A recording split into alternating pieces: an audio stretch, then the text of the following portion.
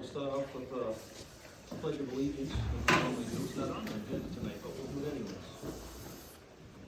All right. I pledge allegiance to the flag of the United States of America and to the republic for which it stands, one nation, under God, indivisible, with liberty and justice for all. All right, so first thing we're going to do on the agenda is a review of subdivision and site review regulations for the town engineer potential amendments.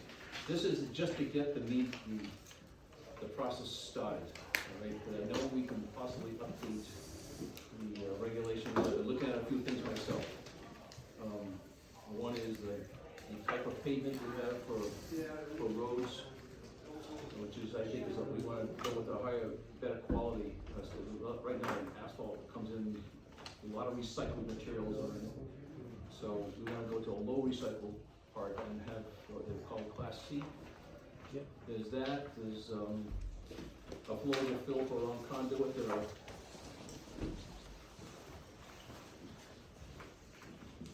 flowable fill around conduit that we have right now. We have concrete around it, that when we're under a road, we need to address that. Instead of using concrete, better use flowable fill. Eric, you had a few other things too you had listed. Oh, yeah. So, you know, what I'd like to do is just, I know lighting is another one. We reference high density, not HID lighting versus LED lighting. Maybe there's some other things that you have. Conduit, Eversource just recently announced that they are no longer doing the electrical lines like a loop, unless there's like more than like 40 homes on the development. We have already required that they do a loop. I want to make sure that we actually capture that in there because it's beneficial to the people who own the land to have a loop in there. Should anywhere in that loop it short out or break, they can still feed it from, they can isolate it and still feed it from both sides. So that basically the very long power, very short power outages, if there's any at all, because of the underground portion of the road.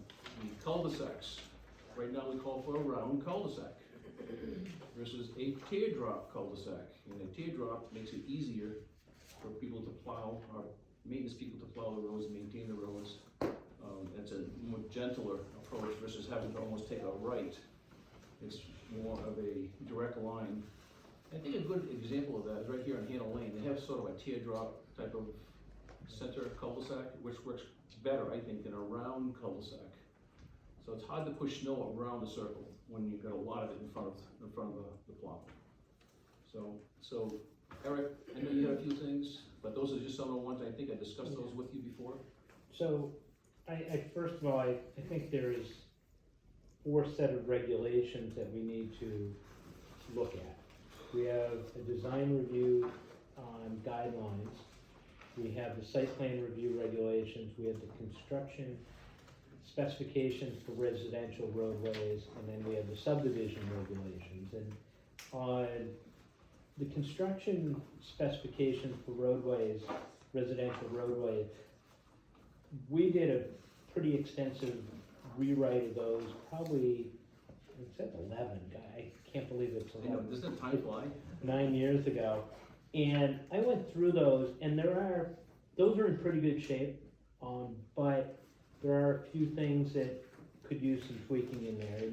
And I think you hit upon them as on, you know, the pavement thicknesses, and the pavement thicknesses are okay. It's actually more the low wrap in there. And then there's a whole section on town acceptance, and that I think needs to be looked at closely, and not just with the planning board, but with the board of selectmen, and how we accept and when we accept, because in here it's actually outlined a little bit different, that you're accepting it before wearing course goes down. That is a option if we wanted to do that. We never did it. Yeah. So I think that that's something that we need to dig into and look at but that's the easiest one to address and work with. How about if we start off with easy? get the road moving, But, see what we're trying to do, and then get into some of the other, but I think that this is the one, subdivision is your most important one okay, to really work on. I think road construction is stuff that you can address as conditionally approved. But subdivision or site plan, and John and I talked about it, I don't think you want to address both of them at the same time, because I think there's a lot of overlap, right, John? Yeah, what I would do is, I think to do all four is sort of a big task. And I also think, I don't know if you mentioned site plan review regulations, but, my suggestion would be to start with the subdivision regulations. And when Eric and I talked today, you know, I think it's probably, what I'd like to do is go through the entire document and, make recommended changes and bring them back to you. But I think we should, it's not gonna be, it's not a handful of things, I think sort of sweeping changes need to be made. And then I think we should do the road standards after that. Yeah. And that's probably, I would say that might be enough for the year, because I think the subdivision regulations is a couple month process anyway. alright, so we have the CIP which is coming up, Mhm. and that's the next thing as soon as we get the master plan finished. And no, really, so Yeah. what I'm really looking at doing is, the CIP is gonna take a lot of our time, we have to do it. This year at the same time, I think it'd probably be a good idea for you and John to be working on some of the things, but before we go into, I heard you say, big time overhaul, that's what I understood you to say. I don't think we're a big time overhaul, I think we're probably, some things need to be changed, but I don't think we're that far off target. The way you I think Eric and I would disagree, All right. but I'm not suggesting that we, throw these away and adopt new ones. But there's just, I mean, literally every page has got a problem. So I don't think it's just a matter of saying, you know, on page 3, this is an issue, on page 4, this is an issue. I'd like to go through the whole thing. We could redline or underline, you know, what the changes are so you can see them in totality. Because I think doing it piecemeal is not the way to go. And you know, it starts, the whole, if you just starting if you want to start real quickly, on procedures on plans, it's not even consistent with the statute. You know, you have a preliminary consultation, a preliminary plan, a formal application. There's no provision in here for design review. The notice requirements are wrong. They're just, a lot of stuff is just out of date. Okay. So I would not suggest we just throw these away. But rather go through page by page, and Eric and I can do that, but I think it's a couple month process. I don't even know if you really need to know about it, but, and then we can bring it back to us and you just suggest that these changes are, what we're proposing. These are not things that have to go up, by the way, they're not ordinances, they don't have to go up for a vote, or anything. This is something that the board can adopt. Well, through a public hearing process. Oh, yeah, absolutely, yeah. I'm not sure if you were first or Jim was first. Jim, go ahead. John, Yeah. I liked what you said about breaking this into 4 segments. And when you said major overhaul, it was funny how Dennis's expression was, because we're not doing major overhauls. I couldn't see it, so. No. No, I was surprised you said major overhaul, I said, what do you mean by that? I think what you were going at was all of the widgets are in the book. It's a matter of taking the widgets, dividing it into 4, basically a pyramid. Here's your base, first floor, second floor, third floor, we're done. That's what I think you're trying to do, and if you are, it's perfect. I just think that, you know, again, if you look at the four sets of regulations that you have that need, work, as Eric said, that the road standards are 4 years old? I think they're 9. Oh, I thought they were 4. At any rate. It says 11. The most heavily used, I would say, you know, and I think the most out of date is the subdivision regulations, which is why I suggested doing that first. Maybe we do 2 of them this year, 2 next year, you know, I don't, you know, you went through a master plan process, you're gonna go through a CIP process, you know, you can't do everything overnight. Yeah. So that would be my suggestion. part of me agrees with John, but I almost think that we might want to address the site plan review first. And we seem to have more site plans coming in, and one of the main reasons in my mind is that in addition to the whole procedure issue, is I think there's something that's really lacking in this set of regulations that doesn't address amendments. Someone comes back and they just wanna add a 300 square foot addition to a commercial property, down at the crossings, and it's a full site plan review, or there's no mechanism for it, so, Well, are you talking about like sometimes it's a field change? no, It would be a minor revision to an approved site plan that wouldn't require planning board approval. Yeah. A lot of towns and cities have them, and it might be,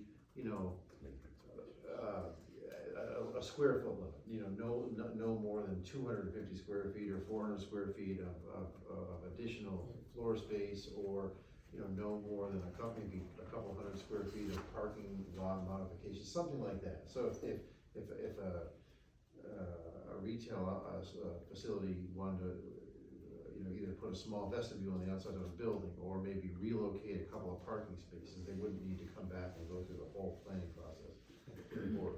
So that's, yeah. Exactly. All right. So I mean, I think that's where there's, and I spend a lot of time, reviewing plans that are the site plans, and I think there's a lot of stuff that's outdated. The lighting I'd mentioned, and I think Ben said something tonight, the parking regulations. I think we have, 4 different parking criteria for spaces, and it's just been problematic, just thinking about with McGovern Subaru. One size doesn't fit all. Oh, I agree. So maybe it's that one. All right. So when do you wanna start? Chris? I think it's a case where, each of the board members, we have some homework. Each of us take a look at each of these 4 sections, write down a line or a number, section number, paragraph, subparagraph, 1A-B or whatever, and indicate something that you think should be questioned or changed, and perhaps a justification if you've seen it.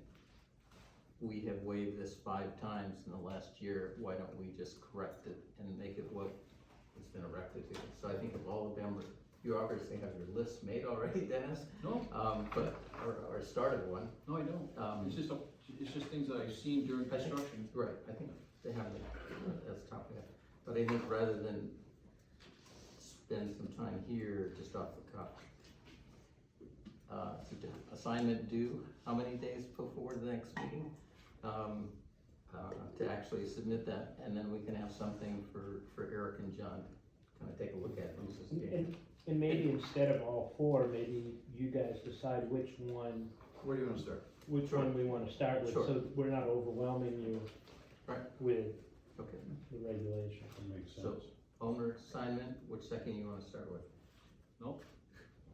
You're asking me, I'm gonna try to say, I'd like to do it the other way. I want these guys who are in the fields and the field and knows what we've seen, and Eric has seen it more than anybody. Let them point those things out to us, instead of for us trying to sit here and say, well, let's go ahead and we're going to, as people who sit here behind the desk in our room, decide what we're gonna do. I think that Eric and John, probably both in the construction business, and engineers out in the field, we're not out there so much, let them give a stab at it, and then we go over it with them. Let them redline the documents, and then we go over the changes with those redline documents, and then say, so they can explain to us. There you go. Like, take the electronic version of it and just, use Makes sense. technology. Make it to support purple. us. So I think that way there, we have a lot of things we gotta do. We gotta finish up the master plan, we gotta start with the CIP, and they're in the field seeing these things and what we need to do all the time, and Eric works with other towns, and so does John work with other towns. Maybe they got some ideas that we don't see. It's just my suggestion. I mean, I would recommend that we do that. Is that okay? Sure. I'll just provide my comments individually to them, Well, I would, because I have a list as long as yours. Well, I bet you have a longer one. Okay, but Well, I think we should be welcoming the input. What'd you say? I welcome that input because they're, you know, Chris and others have been on the board a long time, know these regulations. I think there's a very simple way to look at this, and that is, how much money do you spend, where do you spend the most money? Get that reg fix first to try to help mitigate the town spending money, and then go from there. I think that there's a two sides to this. There's a cost, and then there's a risk of litigation to the town caused by whatever we may or may not have in the regs that open liability. To me, that's the way we approach this.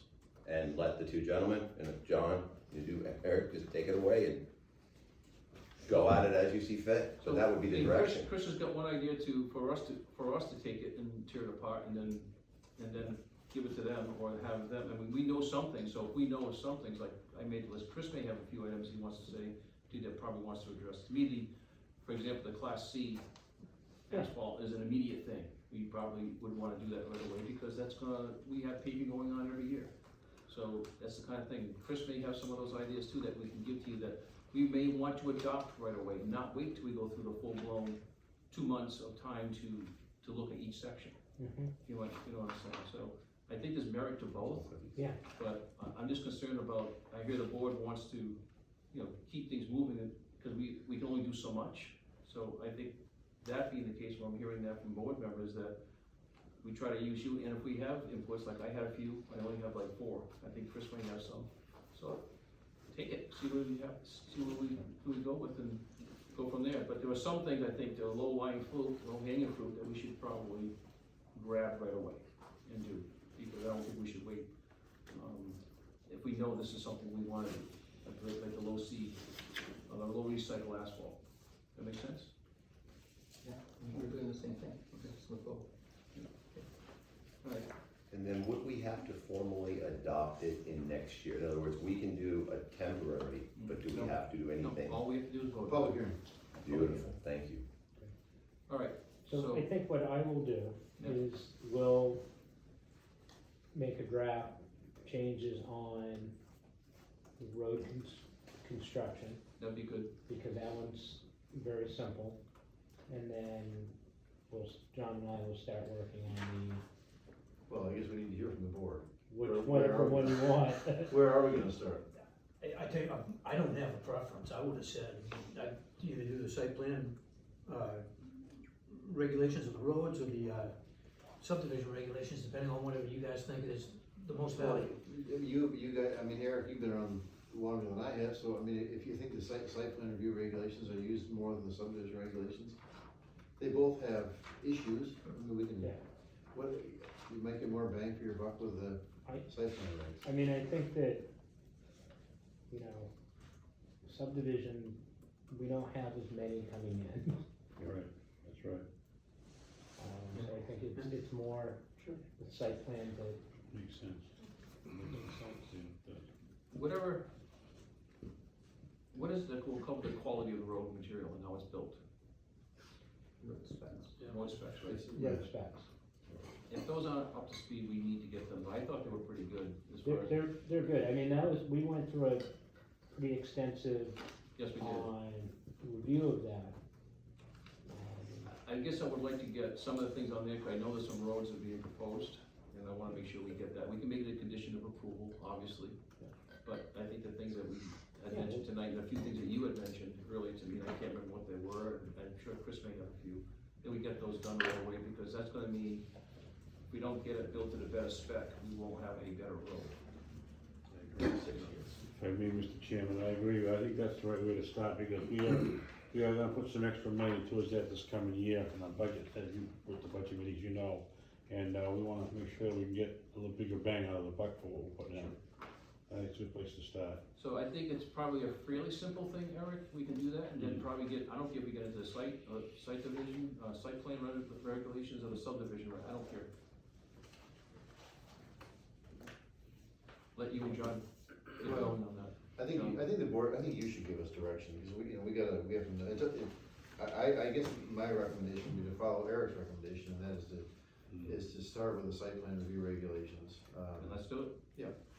You're a planner. But I wanted to say, one more thing, and I'm kind of reluctant to bring this up, but the statute was changed a couple of years ago, so there's no need, one of the things I did notice in both the site plan and the subdivision regulations is that there's a notice requirement that when we have a public hearing on a project, that, public notice is given in the newspapers. It's not required anymore. I personally, I don't know how many people read newspapers anymore or look for public notices in the newspaper, but it's a real problem to get them in a timely manner. So it's just something that you might wanna think about. Do we really need to keep doing that, you know? Put it on the town's website, put it at the post office, put it in the town hall. As long as you're posting it. As long as you're posting it. Exactly.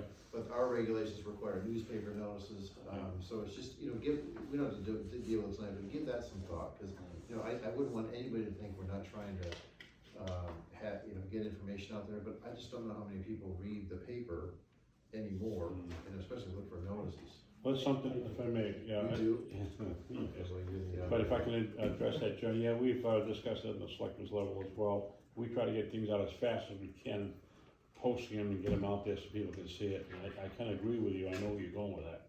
It's not a bad It's idea. just logistically, it's a pain, to try to get to You hit, got a it's time frame. expensive, and you gotta hit the deadline just right to Right, get it printed, exactly. so, yeah. Exactly. I think there's better ways to notify people than Right. that. Make a motion to close this out, that the board recommend that we start looking at the planning board regulations with first road specs, second with site plan regulations, and third with the subdivision regulations, and that each board member review on their own and provide comments by the end of the month to John, who will disseminate to Eric. Sounds good. Is that enough direction? Yep. For now? Okay, is there a second? Second. Okay, is there any more discussion on that? Chris, I'm just gonna go back, I think we should do it, but not all board members probably have enough experience to look at these things to be able to give those kind of feedback, so I just wanna make sure that it's, not everyone's walking out of here saying, I've got to do this by the next time, so I'm okay with that, because I know some of you are extremely busy, and some of you can and cannot do it. So, I say do what you can, and get back to them, but Sure. I'm expecting that we're probably gonna have, after we give input to you, we're gonna have the documents that probably John and Eric are gonna review with a red line saying what we're taking out, what you propose to take out, and what you propose to add. Yeah, it'll be an edited document, and I think that,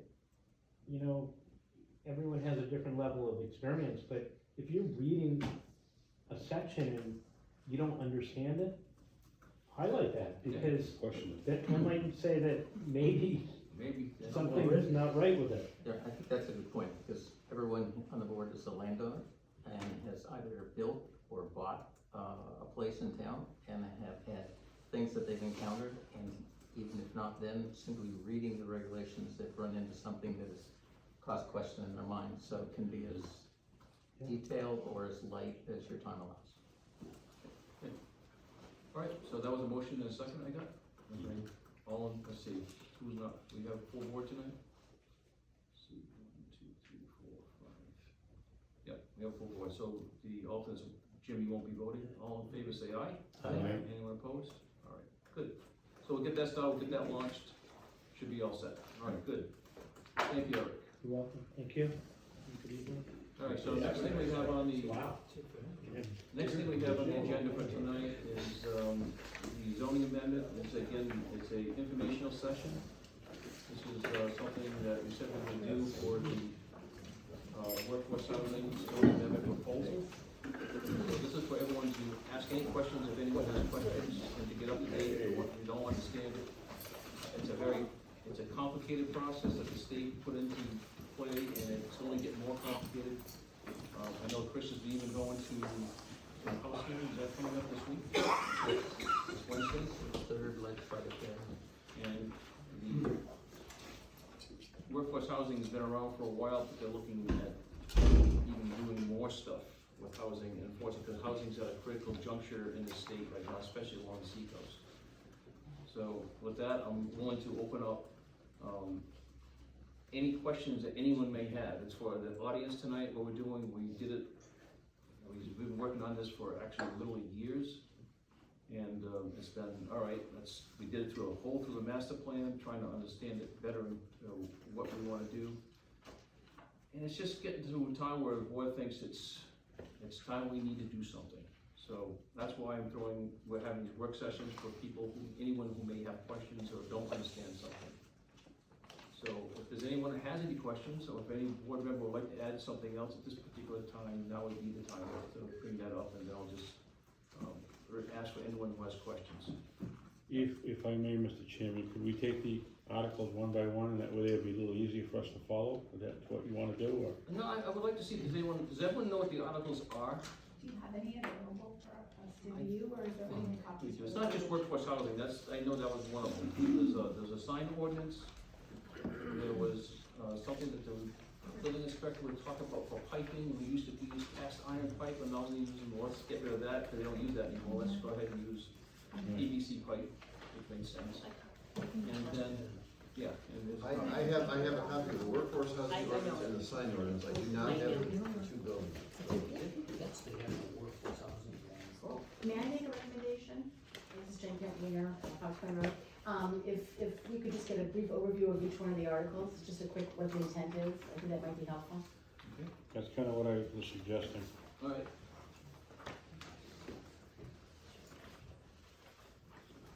Okay, so the first building code amendment, was to basically, it was at the request of the building inspector. He was having people coming in and was concerned about, and he requested a couple of things. He requested that we eliminate the $2,500 cutoff line where you have to get a permit. You know, anything of $2,500 or more, you have to get a permit to do any work. And then it was also a matter of how much work can you do on just restoration of your home. So that's what the two is about. The board did not want to change the $2,500 residential part. And we have an explanation on here. That explanation is incorrect. I just want to make sure that everyone is looking at, this is what was mailed to the board. But what we did do is that we removed the last part of the sentence. I thought it was the whole sentence that we removed, but it's the last part of the sentence. It says, restores the structure to, no permit is required, it restores the structure to its original condition, and repair does not affect more than 50% of the value of the structure. We took that out completely. But the intent here is that $2,500 or more, you need a permit. That's what we're trying to go for. The building inspector still met with us, and would like to have some more. He met with the selectmen and with 3 members of the planning board and with John. And we think we're gonna be improving this again next year to be more succinct on what we're asking for. And I think it makes sense. The next article was